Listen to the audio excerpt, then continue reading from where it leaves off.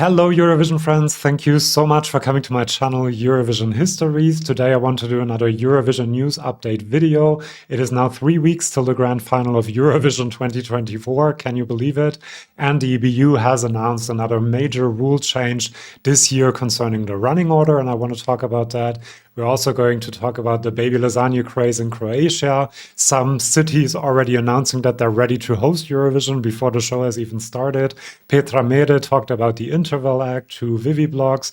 We have some updates from Monaco and Slovakia and lots of other places as well. So let's get right to it. The first thing, as I said, I wanted to talk about is the big announcement by the EBU that there will be a producer's draw.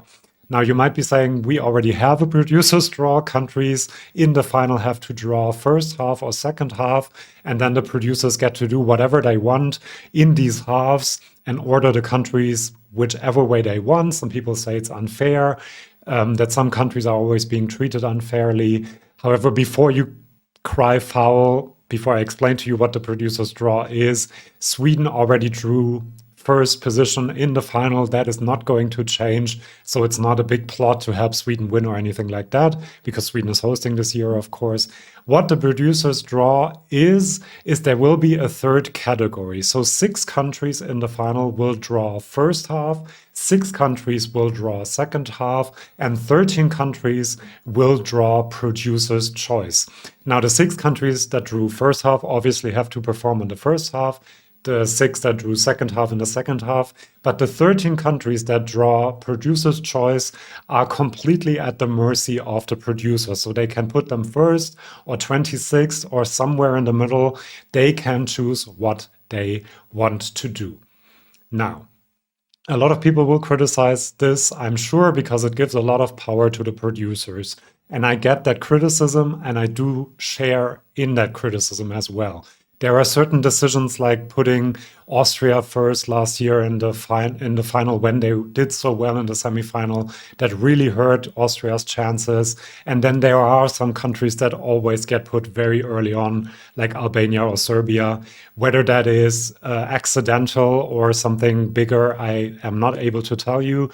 However, I do also understand the argument that Christa Björkman and the other producers have for doing this, and that is, when we look at 2022, for example, the second half was full of ballads. It was a year with a lot of ballads anyway, but a lot of these slower songs drew second half. And so the second half of that Eurovision kind of dragged on a little bit, and there wasn't a lot of change in tempo and styles and stuff at the end of the show. And I think a lot of viewers, casual viewers, might have gotten a bit tired of that, and the ratings might not have been as good as they could otherwise have been. We know that Moldova performed in the second half with a very happy song, and they got a huge televote. So people are yearning for that switch up in the running order. And so I understand their argument that they want to produce the best TV show they can. And sometimes that means you want to have a ballad, then a faster song. Maybe also the color schemes have to switch it up a little bit. And just having first and second half might not be enough for that. Let's see how it works out this year, whether the countries that draw producer's choice are really kind of at the mercy completely, and whether some countries will be hurt by it or not. I'm not ready to criticize it yet and say that it's a bad idea. Let me know in the comments what you guys think. Before I continue with the other news, do subscribe to this channel. Only a third of you watching this video are subscribed, and there's gonna be lots of content until Eurovision, so do subscribe. And I also wanted to say that Eurovision Histories is now on WhatsApp as well, so if you don't want to miss anything, do join the channel. I will put a link in the description. Next up is the clip of the week. I always have a clip of the week, and this time it is this. The Baby Lasagna craze in Croatia has really reached a new level. There were dance performances of Rim Tim Tagidim in many different big cities in Croatia and also smaller cities on Saturday. Ballet dancers, postal workers joined in. So amazing what they were able to do with this. And it just shows that there's a real national craze and happiness about Baby Lasagna being one of the favorites to win Eurovision. And in line with all of this, Zagreb, the mayor of Zagreb, the capital of Croatia, has already said that Zagreb is ready to host Eurovision if Baby Lasagna does indeed win Eurovision. And apparently they even booked an arena to host the show. Well done for that. However, Switzerland and also Athens for Marina, Sati and Greece have also already announced that they are ready to host Eurovision if they do win, which makes a lot of sense because you chose very good songs, so you should be ready to host Eurovision. Then Petra Mede, in a social media post and also in an interview with Vivi Blogs, announced some details of one of the interval acts, and that is a bit of a continuation of Love, Love, Peace, Peace, which this image you can see on the screen is from one of the best, I think the best interval act ever between her and Måns Zelmerlöw. And she has said that now the interval will be called We Just Love Eurovision Too Much, that she will be dancing and singing again, and that she will be joined by a lot of other people as well. And it is apparently about telling people how much Swedes and Sweden love Eurovision and kind of saying sorry that we win so often, but we just love it too much, and that they're kind of humble people, and winning it so often might not be in their nature, kind of. I kind of expect the Harrys to appear. ABBA probably won't be appearing, but something as an homage to ABBA, and lots of other artists from Sweden's Eurovision history, Loreen maybe.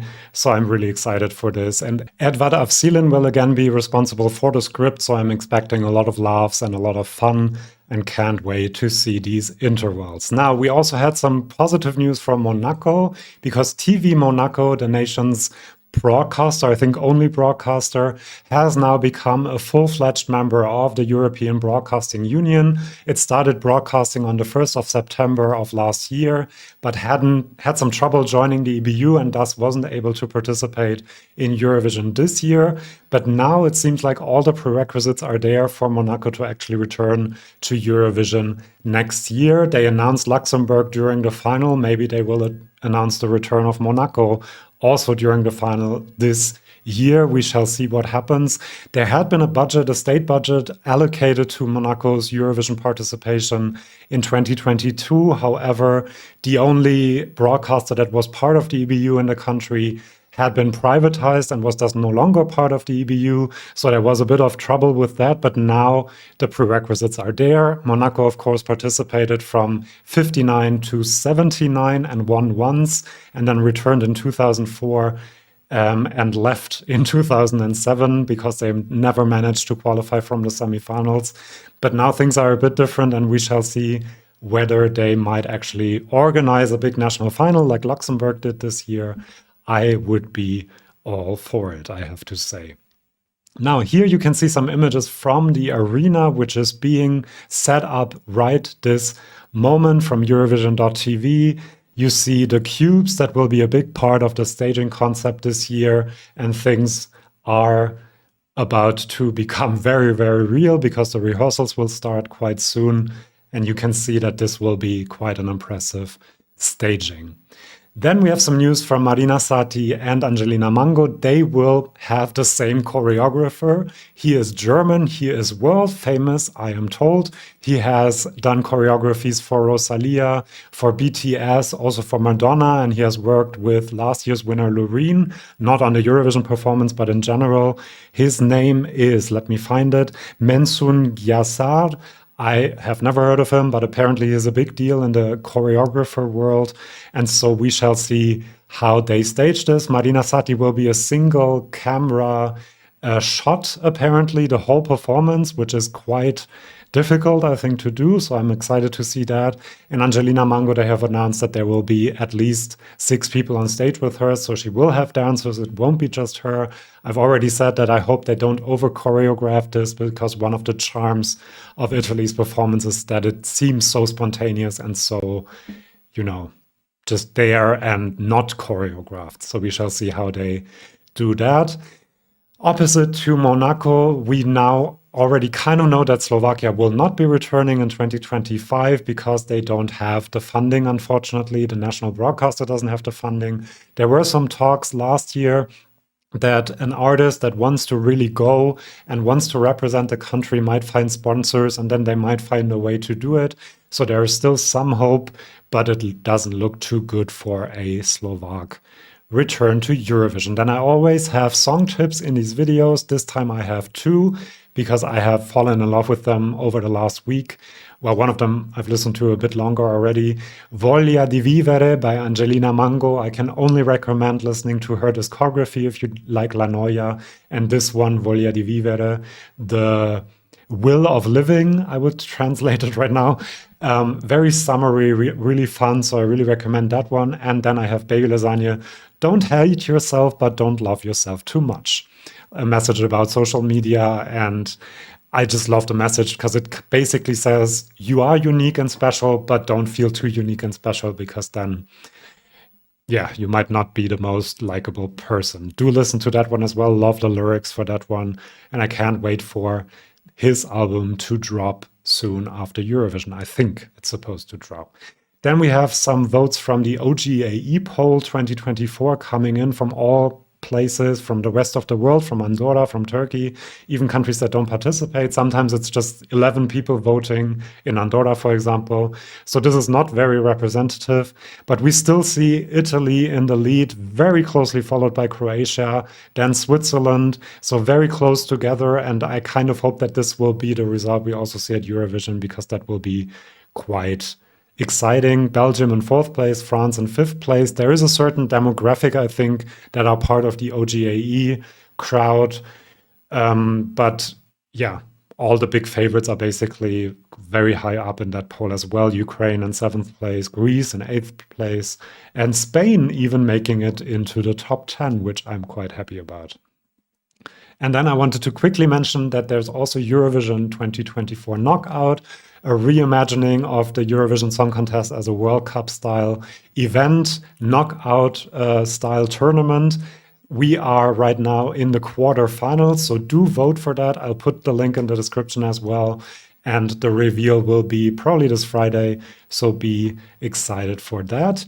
And then I already have a video on this, but there is a bit of a Eurovision revolution potentially happening in Germany, because Mr. Stefan Raab might save us once again in Eurovision. If you're interested in that, watch my video. But basically what he's trying to do is get 4 different channels, 2 private channels and 2 public channels involved in the national final. Each of them will hold a heat, and then the winners of each heat will go to the grand final in the main national broadcaster, ARD, who will also broadcast the Eurovision final. If this becomes true, it might create a national feeling like we see in Croatia, for example, and that is something we really need in Germany for Eurovision. These are all the news I have for you today. I hope you liked it. Do come back for my next videos. Do subscribe. I can't wait for the next couple of weeks. It will be really exciting. See you then, and bye-bye.